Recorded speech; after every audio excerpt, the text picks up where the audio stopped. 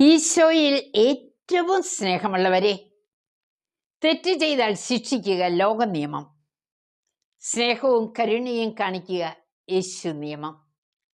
കാർത്തേജിലേക്കൊന്ന് കടന്നെല്ലാം സുമുഖനായ ഒരു യുവാവ്.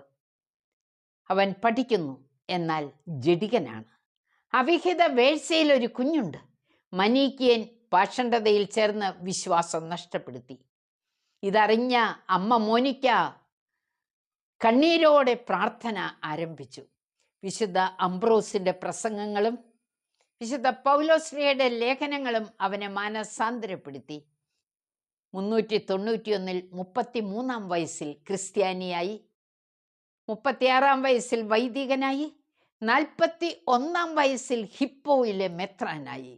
വേദപാരംഗതരുടെ വേദപാരംഗതൻ, ദൈവശാസ്ത്രജ്ഞരുടെ ദൈവശാസ്ത്രജ്ഞൻ എന്ന പദവിയാണ് സഭ നൽകുന്നത്. സ്നേഹമുള്ളവരെ, റോമാലേഖനം 13 അധ്യായം 13 തിരുവചനം, സുഖലോലുപതയിലോ മദ്യലഹരിയിലോ അവിഹിത വേഴ്ചകളിലോ കലഹങ്ങളിലോ അസൂയയിലോ വ്യാപരിക്കരുത്. സ്നേഹമുള്ളവരെ, നമ്മളുടെ മക്കളുടെ വീഴ്ച കാണുമ്പോൾ അമ്മമാർ പരാതിയുമായി ഓടി നടക്കുകയല്ല വേണ്ടത്. ജപമാല കയ്യിലേന്തുക, പ്രാർത്ഥിക്കുക.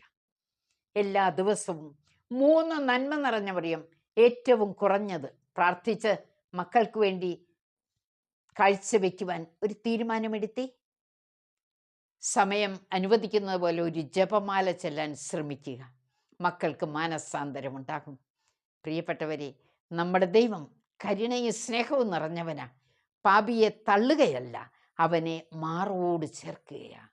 ആ ചങ്കിൻ്റെ ചൂട് അവന് ലഭിക്കാൻ അമ്മമാർ പ്രാർത്ഥിക്കണം. ദൈവം നമ്മോടൊപ്പം സ്നേഹവും കരുണയും ചൊരിഞ്ഞുകൊണ്ട് സഞ്ചരിക്കുന്നുണ്ട്. ആ കരം പിടിക്കുക, ആ ഹൃദയത്തെ വേദനിപ്പിക്കാതെ ജീവിക്കുക. ദൈവം എല്ലാവരെയും സമൃദ്ധമായി അനുഗ്രഹിക്കട്ടെ. ആമേൻ.